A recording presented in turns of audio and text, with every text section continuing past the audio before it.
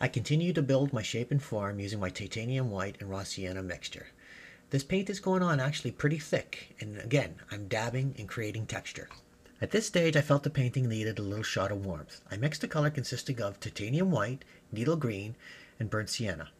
These little shots I put almost everywhere that the snow and the needles met. Here I'm adding in little sprays of needles. Now this color is actually the needle green mixed with a lot of the titanium white and a little bit of a dioxin purple. If we were to use the pure green color right here, it would jump right off the page. There'd be too much contrast between the two colors. Remember to use variety. Paint different sizes, different shapes, different angles. Here I'm adding the final touches. I'm just putting in highlights on top of some of the sprays of needles with pure titanium white. As I said earlier, don't put highlights everywhere. Put them in selective places that will bring shape and form out. And here's that broken record thing again. Dab, dab, dab, dab, dab. Create that texture. So here's Power to Paint Volume 3 compressed into 2 minutes.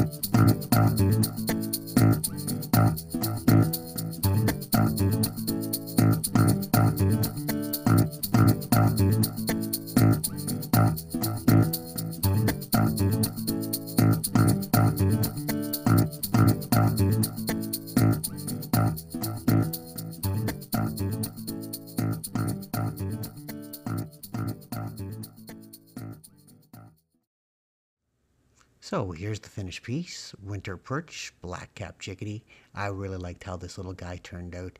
He is definitely one of my favorite little small ones.